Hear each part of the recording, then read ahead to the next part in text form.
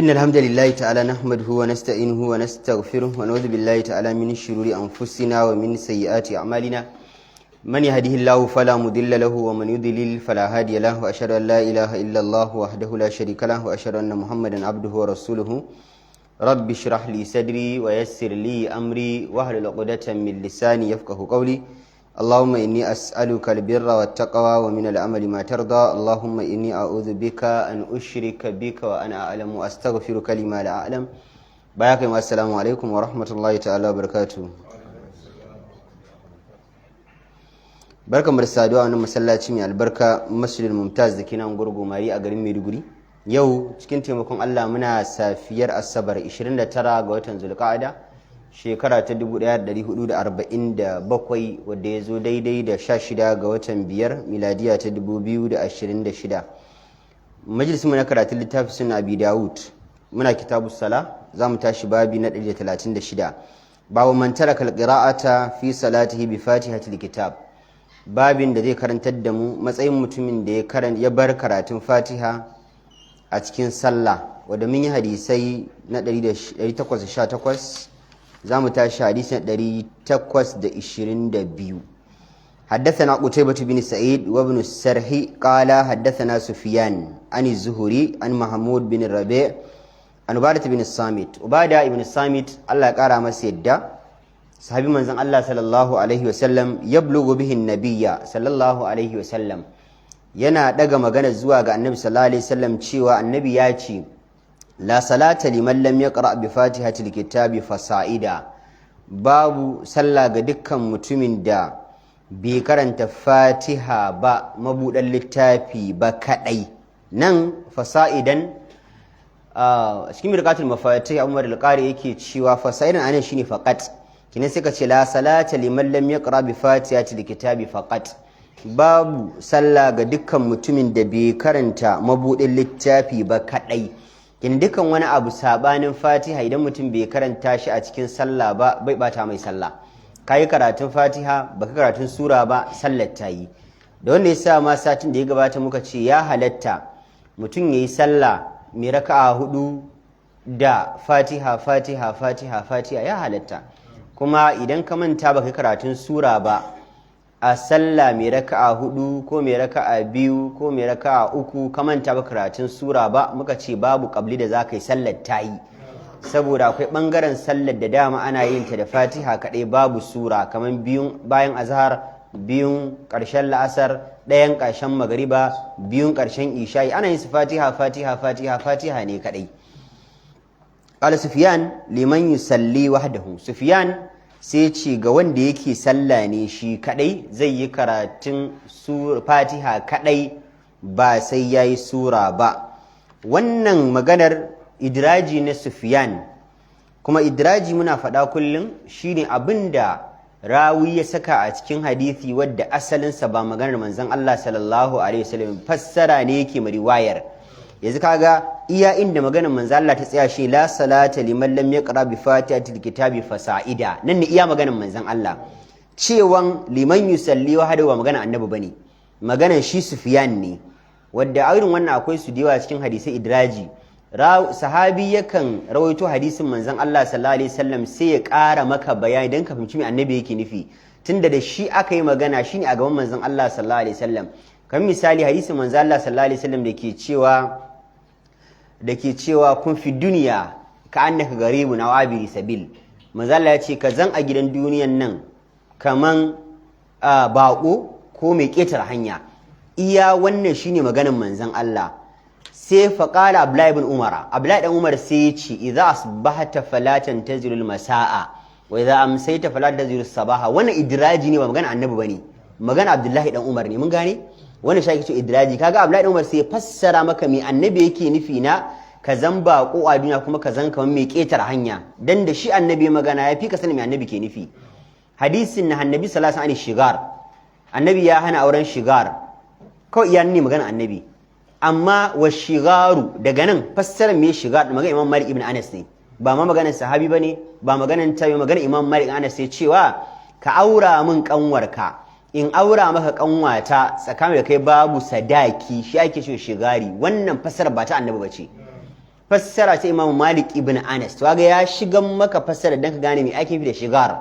Inda yanzu kuma mun zo an bar mu sai aka ce na annabi ani shigar, annabi ana shigari, me za ga me ake so shigar? Wannan yasa Imam Malik ya fassara dan mu yan ba idan mu zo mu gane me ake nufi da shigar. To wannan ma Sufyan idraji a wannan riwayar cewa ana nufin ga mai sallah shi kadai, to amma malamai suka ce ba ga mai sallah shi kadai ba, da mai sallah cikin jam'i da mai sallah shi kadai, dukkan wanda ya karanta Fatiha kadai sallar shi tana inganta. Allah ya sa mun gane. Akwai riwaya da kin daru kudini manzo Allah ya ce la tuzi'u salatu liman lam yaqra bi fatihatil kitab. Manzo Allah ya ce duk sallan mutumin da bai karanta mabudin littafi ba sallar ba ta inganta. Muna da la linafi siha, muna da la linafi kamal.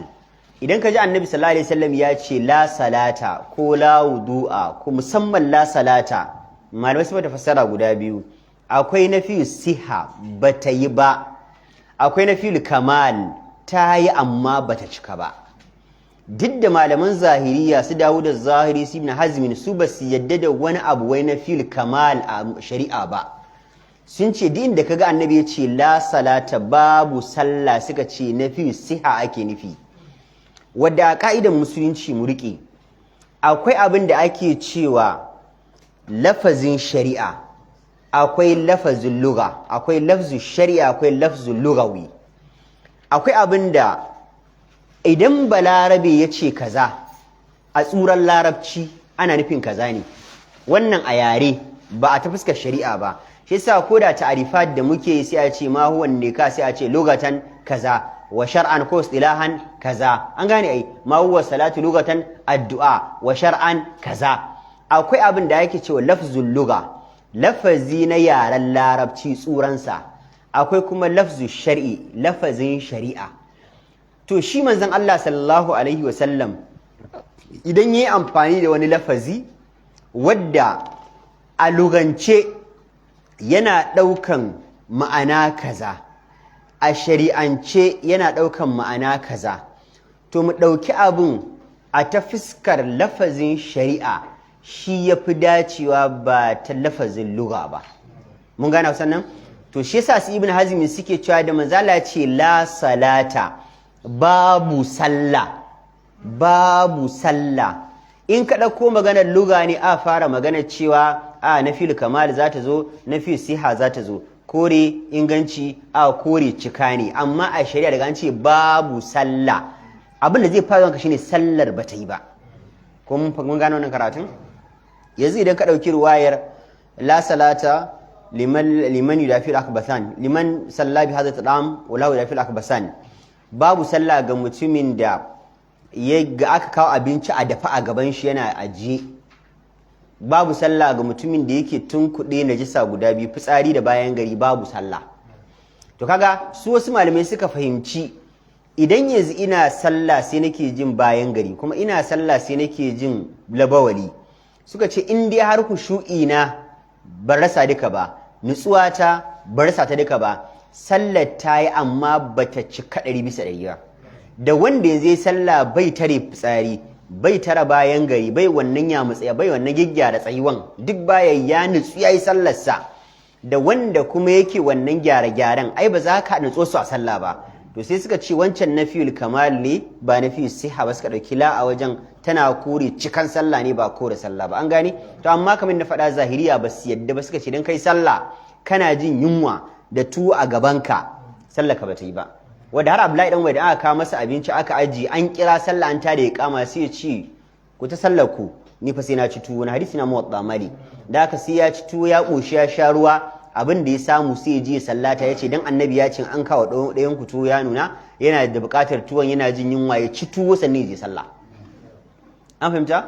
To amma idan yunwa taka ba mai tsanani ba ce za ka yi kai zuwa ka je kai sallah ka ci ka dawo a nitse, to ka je kai sallah shi yafi. Amma idan har a matsa kake to ka tsaya ka ci abinci, don ko ka ji sallah ba za ka nutsu ba ai, za ka na tunanin kar kafin ka dawo wani ya taya ka ci. حديث 823 حدثنا عبد الله بن محمد النفيلي حدثنا محمد بن سلمة عن محمد بن إسحاق عن مكحول عن محمود بن ربيع عن عبادة بن الصامت. عبادة بن الصامت يجي qala kunna khalfa rasulillah, yace mun kasance mu a bayan annabi sallallahu alaihi wasallam fi salatil fajri a sallar asbahi fa qara'a rasulullahi, sai manzo Allah ya fara karatu a bayyana. Kamar da muka sani sallar asbahi zarf in karatunta kenan yanayin da ake mata karatu, ana karatu ne a bayyane.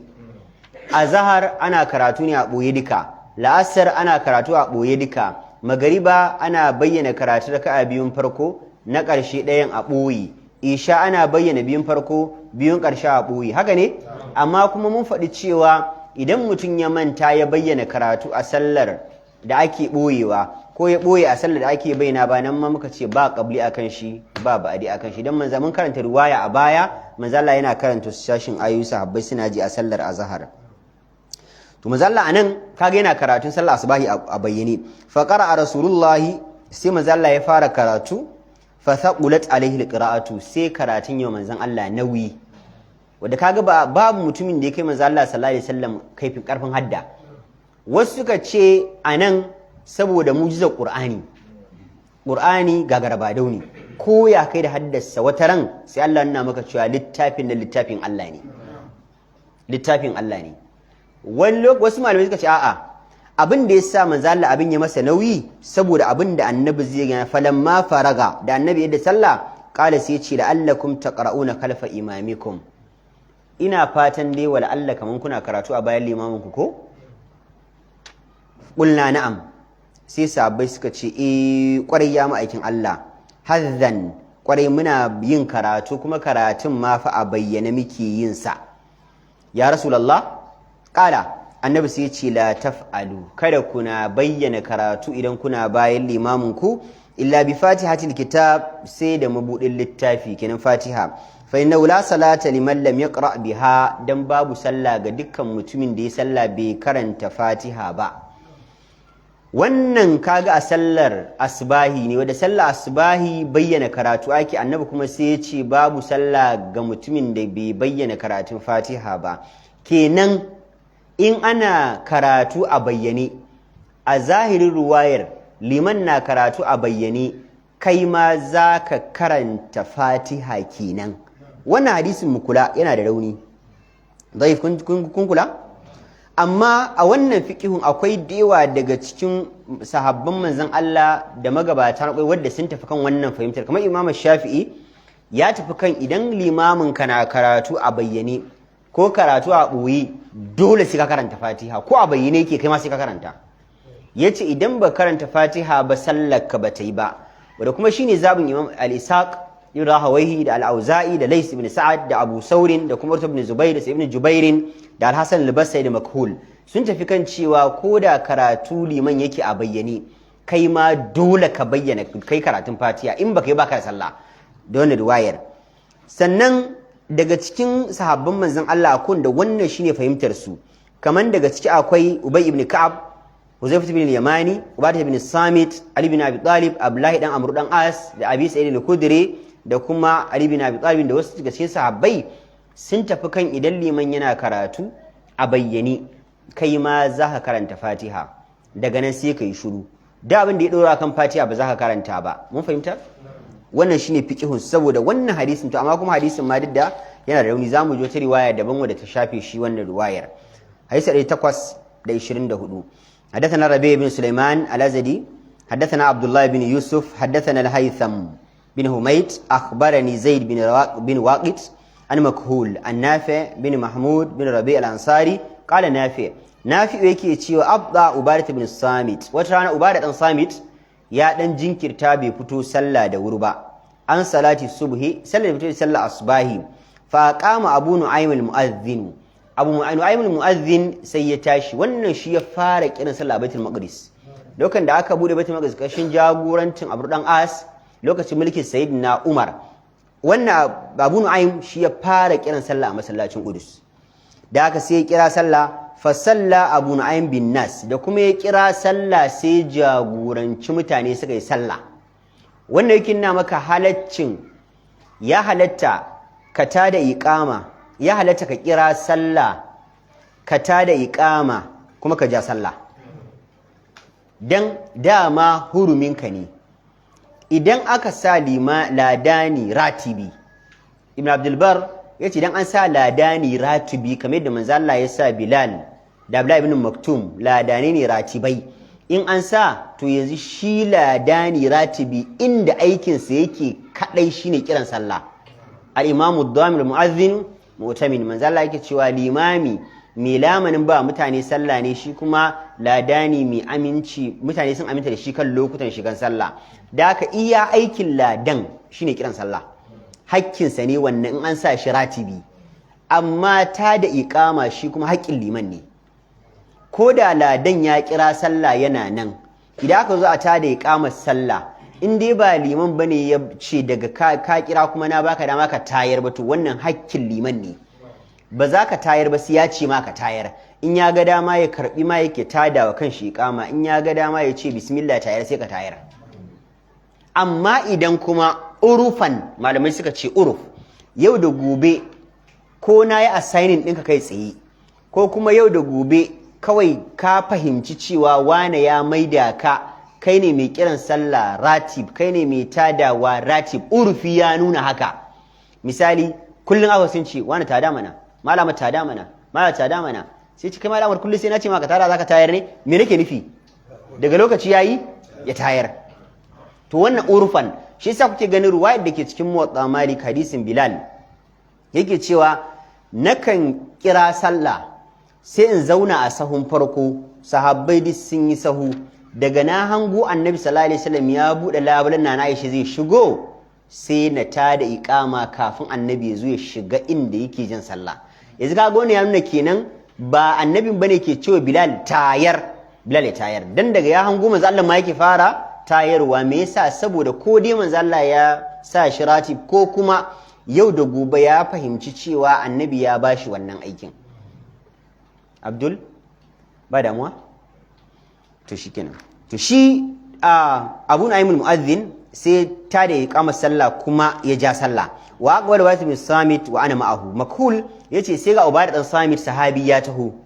ni ma kuma na taho tare da shi, hatta safafna khalfa Abi Nu'aym, har sai da muka zo muka yi sau a bayan Abi Nu'aym. Wa Abu Nu'aym yajharu bil qira'ati, Abu Nu'aym sai ya zama yana bayyana karatu, dan kaga da masallan asbahi ake yi. Faja'ala Ubadatu yaqra'u ummul Qur'an, sai Ubadah dan Samit in ja Makhul yace sai naji yana karanta Fatiha. Falamman sarafa, lokacin da Abu Nu'aym ya da sallah, Ubadah dan Samit ya sallama, qultu li Ubadah, sai nace Ubadah dan Samit, sami'tuka taqra'u bi ummil Qur'ani, yace naji kana karanta Fatiha a bayan liman. Wa Abu Nu'aym yajharu, kuma Abu Nu'aym bayyana karatu yake da sallah asbahi ne fa. Qala ajal, Ubadah sai yace kwarai da gaske haka ne. Salla bina Rasulullah, hujja anan shine manzo Allah yayi sallah da mu, ba'da salawati wasashin salloli, allati yajharu fiha bil qira'ati, wadda a cikin su manzo Allah yana bayyana karatu. Qala sai yace faltabasat alaihi al qira'atu, kawai sai karatun yayi wa manzon Allah sallallahu alaihi wasallam ya rikice wa manzon Allah. Iltibas shine abin rikice maka. Annabi yana karatun sai ya zama karatun ayoyin sun rikice wa manzon Allah sallallahu alaihi wasallam. Falamman sarafa, lokacin da manzo Allah ya da sallah, aqbala alaina bi wajhihi, annabi sai juyo mana da fuskar shi mai albarka. Wa qala sai yace hal taqra'una idza jahartu bil qira'ati, shin kuna karatu bayana ne idan ina bayyana karatu a fili kuma kuna karatu ne? Fa qala ba'duna inna nasta'u zalika, wasu sashin sabai suka ce kwarai ya ma'aikin Allah muna yin haka. Qala, annabi sai yace fala, kada ku sake. Wa ana aqulu mali yunazi'uni alquran, ni ma dama nakan ce me yasa ake jayayya da ni wajen karatun qur'ani? Ina karantawa kana karantawa, karatunka yana shiga karatuna, karatu ana shiga karatunka, sai zama karatunku yana rikita ni tunda ina yi kuna yi, sai zama karatunku na shiga cikin karatuna. Fala taqra'u bi shay'in min alqur'ani, manzala sai ce kada ku karanta komai na qur'ani dan kuna bayan liman yana sallah, idza jahartu, in har ina bayyana karatu, illa bi ummil qur'ani, sai idan ina karanta Fatiha anan dole za ku karanta Fatiha. Shi ma wannan hadisin yana da rauni. حديث 825 حدثنا علي بن السهل الرملي حدثنا الوليد يعني بن جابر وسيد بن عبد العزيز وعبد الله بن العلاء عن مكهول ubada ya ce ubada dan samit na hawa irin wannan hadisin da muka karanta a sama na hadisin rabi ibn sulaiman qalu sai suka ce fa kana makulun yaqra'u fil maghribi wal isha makul daga jin waccan fatur a bakin ubada dan samit sai yake karatu a sallar magariba da sallar isha'i was subh da sallar asbahi bi fatihatil kitab da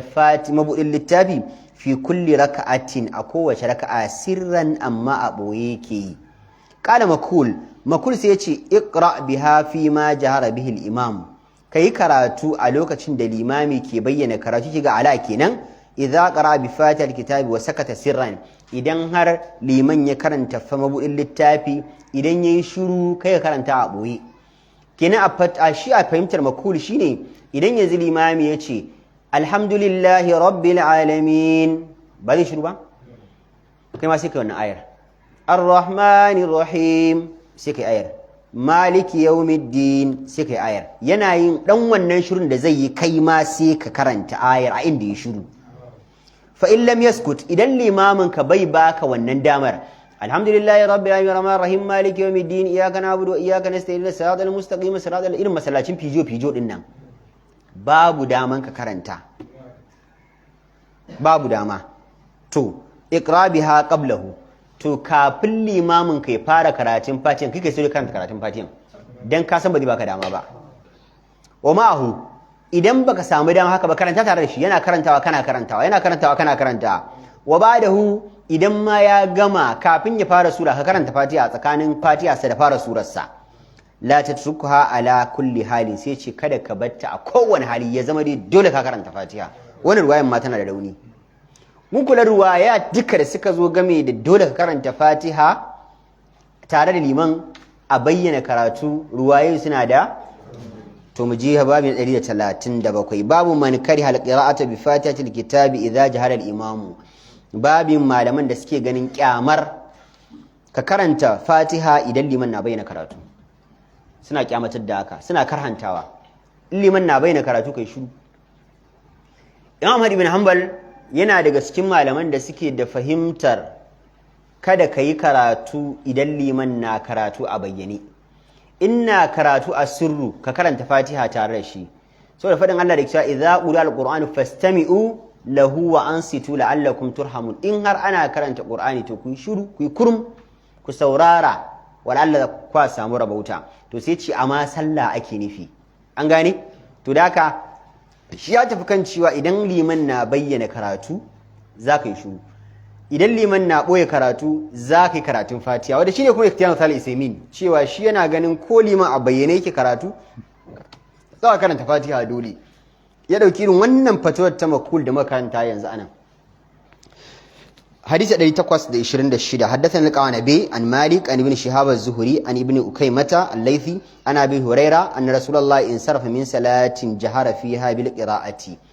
أبو ريكي شاوتانا من الله صلى الله عليه وسلم يا سلم daga wata sallah da ya bayyana karatu a cikinta faqala annabi sai ce har qara'a ma iya ahadun minkum anifan dazu da nake karatu a sallah a bayyane akwai wanda a cikin ku ya yi karatu tare da ni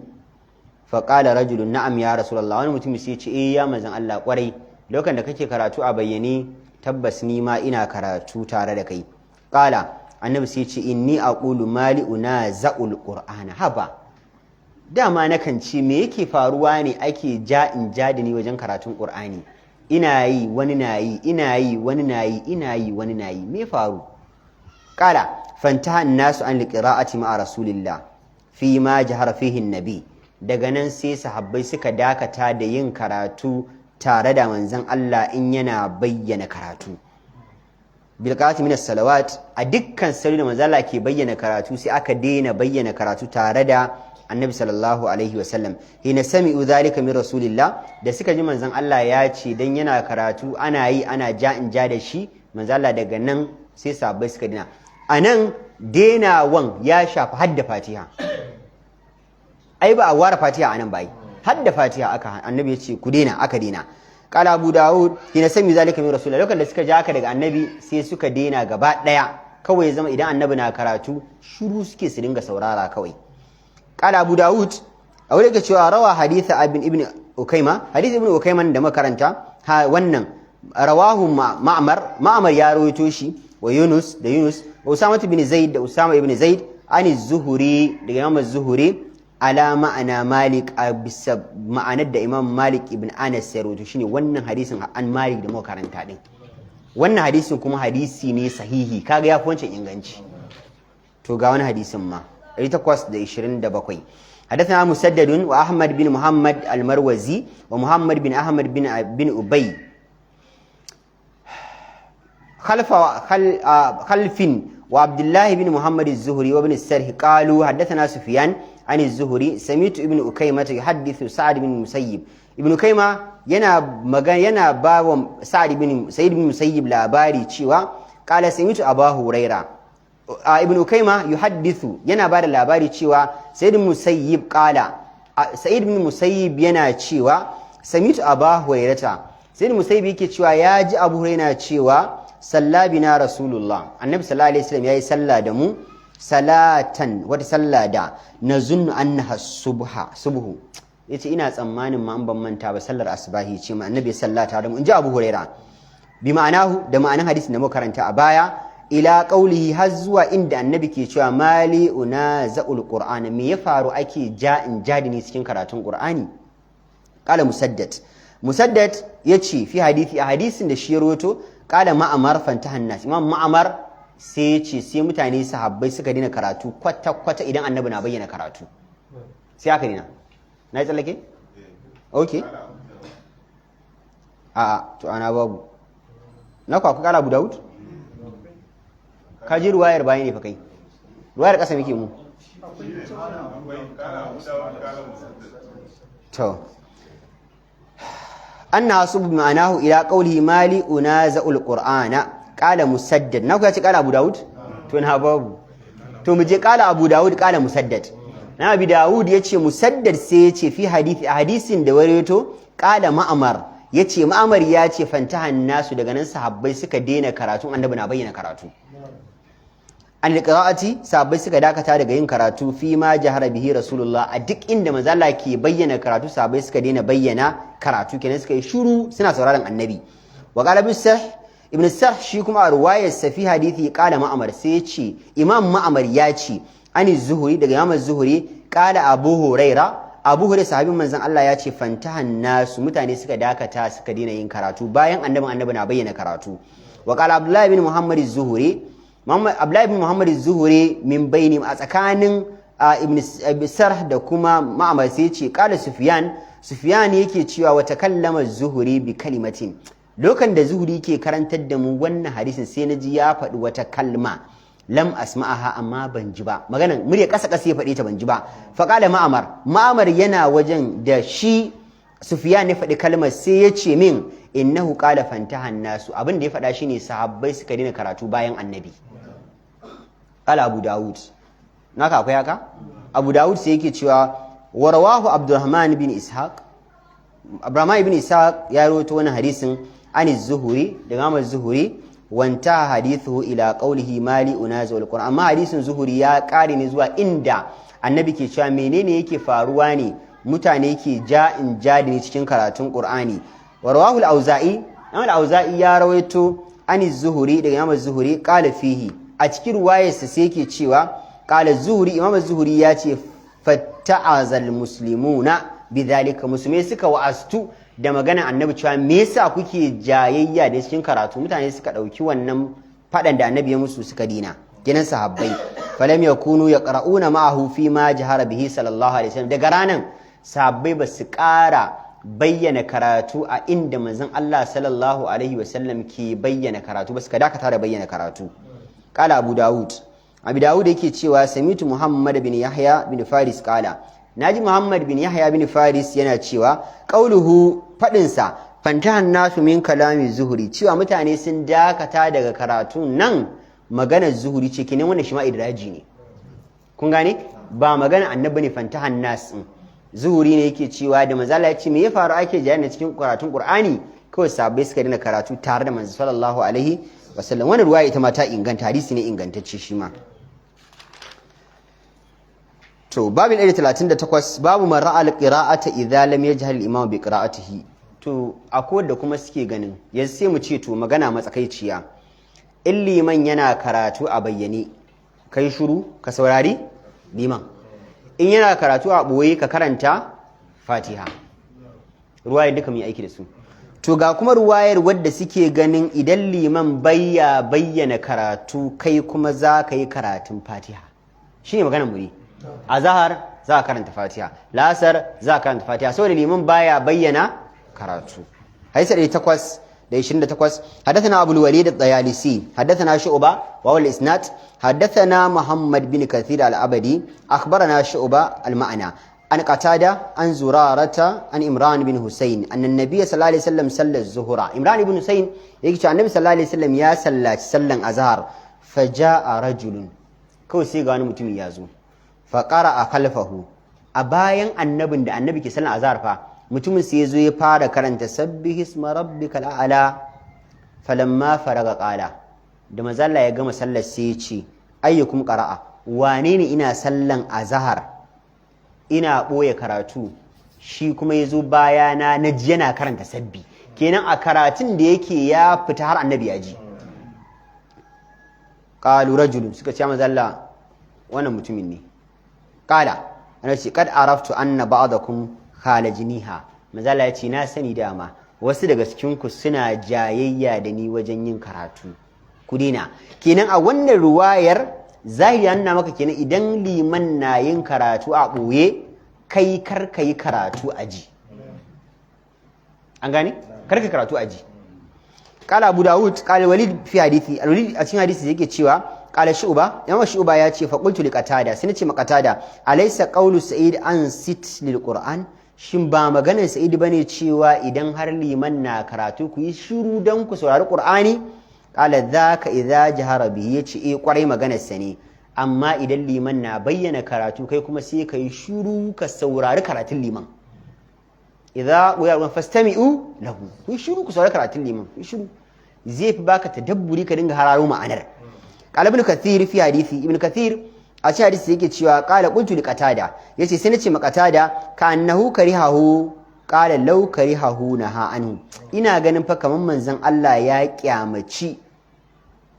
cewa ya kyamaci karatun sabbi da wannan mutumin yayi a bayansa. Sai Ibn Kathir Qatada yake cewa inda annabi ya kyamaci abin naha anhu, annabi sallallahu alaihi wasallam zai hana cewa kar a yi karatun a bayansa, amma cewa me yasa kuke jayayya da ni? Shi Ibn Kathir yana daga cikin malaman da dama suke Qatada yana daga cikin malaman da suke da fiqhun cewa idan kana bayan liman dole za ka yi karatu. Kun fahimci karatu yanzu? Shi dama fiqhunsa kenan. Da haka shi yasa anan din ma ya ki yadda ya fadi, yake cewa ai inda annabi ya kyamata da zai hana, amma da ce me yasa kuke jayayya da ni? Annabi ya ce to kuma kar ku kara ba. To amma sai jumhurin malamai kamar Khattabi a cikin Ma'alimus Sunan, shi suna bi Dawud yake cewa ce wanda annabi yayi me yasa kuke jayayya da ni cikin yin karatun?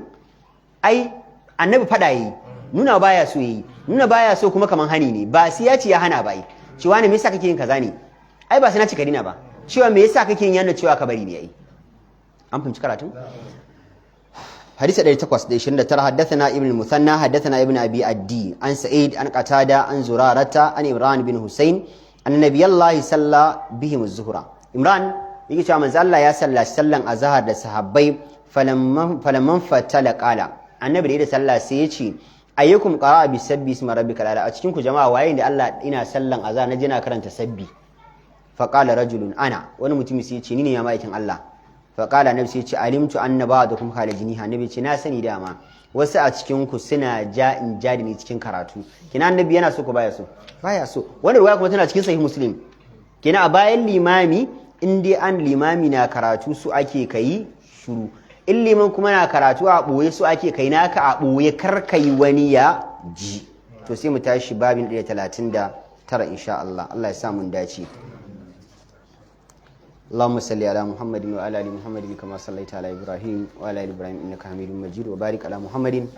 وعلى ال محمد كما باركت على ابراهيم وعلى ال ابراهيم انك حميد مجيد.